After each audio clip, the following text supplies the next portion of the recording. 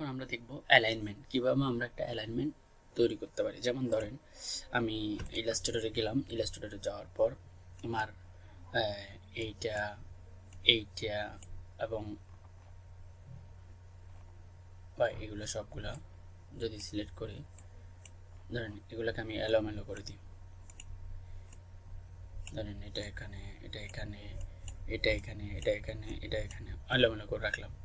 সবগুলোকে সিলেক্ট করলে এখানে একটা অ্যালাইনমেন্ট ভার্সন আসবে। অ্যালাইন আসলে আমি এটাকে এখানে যদি ক্লিক করি, ভার্টিক্যাল অ্যালাইন সেন্টার, সবগুলো ভার্টিক্যালি অ্যালাইনমেন্ট সেন্টার হয়ে যাবে। দেখেন সবগুলো অ্যালাইনমেন্ট সেন্টার হয়ে গেছে, মানে সোজা এক লাইনের মধ্যে চলে আসছে। এখানে যদি ক্লিক করি, দূরত্বটা সেম, এটা থেকে এটা দূরত্ব যায়, এটা থেকে এটা দূরত্ব, এটা থেকে এটা দূরত্ব, এটা থেকে এটা দূরত্ব। তা যদি আমি কন্ট্রোল জ্যাড দিই, সেম ভাবে অ্যালাইনমেন্টে চাই, যদি আমি এখানে ক্লিক করি সবগুলো উপরে সমান, উপরের লেভেলে সমান। যদি আমি এখানে ক্লিক করি আবার সেম ভাবে দূরত্বটা সমান। সেম ভাবে যদি আমি এখানে এখানে এভাবে রাখি,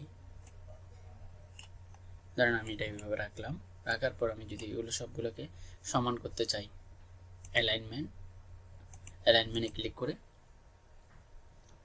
হরিজন্টাল অ্যালাইন সেন্টারে চলে আসছে। এখানে ক্লিক করলে তাহলে কি দূরত্বটা সমান আসবে।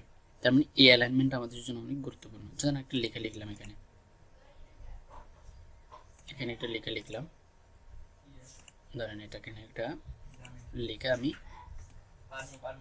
লিখলাম। লেখার পর আমি যদি এখানে এটা সিলেক্ট করে, এটা সিলেক্ট করে, এটা সিলেক্ট করে এভাবে রাখি, রাখার পর আমি যদি এখানে সিলেক্ট করে অ্যালাইনমেন্টে যদি লেফট দিই, তাহলে দেখছেন সবগুলো একসাথে চলে আসছে। আবার এখানে দিলে সবগুলোর দূরত্ব সমান। তাহলে আমার এই অ্যালাইনমেন্টটা অনেক গুরুত্বপূর্ণ আমাদের একটা ডিজাইনের জন্য।